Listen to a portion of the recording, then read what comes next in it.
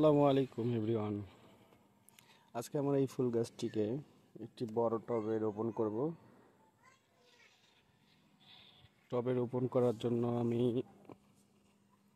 এই যে মাটি এনেছি, আর টব হিসাবে এই কাজু বাদামের জারগুলো ইউজ করব। এগুলো আমি কিনেছি কালকে 100 টাকা করে।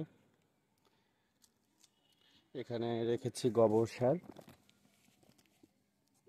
সার একদম মিহি হয়ে গেছে। সো ভিডিওটি সম্পূর্ণ দেখবেন। শুধু ওই গাছটি না, আমার এই ফুল গাছটিকেও আমি একটি বড় টবে রোপণ করব। এটা ছোট টব, মাটিতে সার নেই, একদম শুকিয়ে গেছে। সো সম্পূর্ণ ভিডিওটি দেখবেন, আশা করি ভালো লাগবে ইনশাআল্লাহ। এতদূর পর্যন্ত যারা ভিডিওটি দেখে ফেলেছেন তারা অবশ্যই একটি কমেন্ট করে জানিয়ে দিবেন কোথা থেকে ভিডিওটি দেখছেন, যাতে করে আপনাদের পরবর্তী ভিডিওতে ধন্যবাদ দিতে পারি। একটা জিনিস অবশ্যই মনে রাখতে হবে, যখন এই ধরনের ড্রামে গাছ লাগাবেন অবশ্যই সুন্দরভাবে কয়েকটি ফুটো করে নেবেন, যাতে করে পানিটি অতিরিক্ত পানি সুন্দরভাবে বের হয়ে আসতে পারে। দেখুন, আমি 3টি ফুটো করে নিলাম।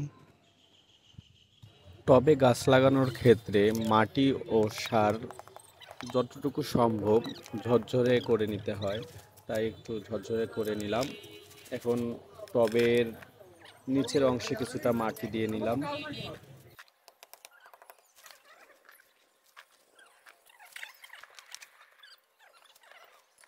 এখন পুরনো টবটি থেকে গাছটি বের করে নিচ্ছি। এখানে একটু সাবধানতা অবলম্বন করতে হবে, গাছের মাটি যাতে সম্পূর্ণ ঝরে না যায়, শিকড়গুলো অতিরিক্ত কাটা যাবে না, এ বিষয়ে খেয়াল রাখতে হবে আমাদের। তবে আমার একটু মাটি বেশি পরিমাণে পড়ে গেছে।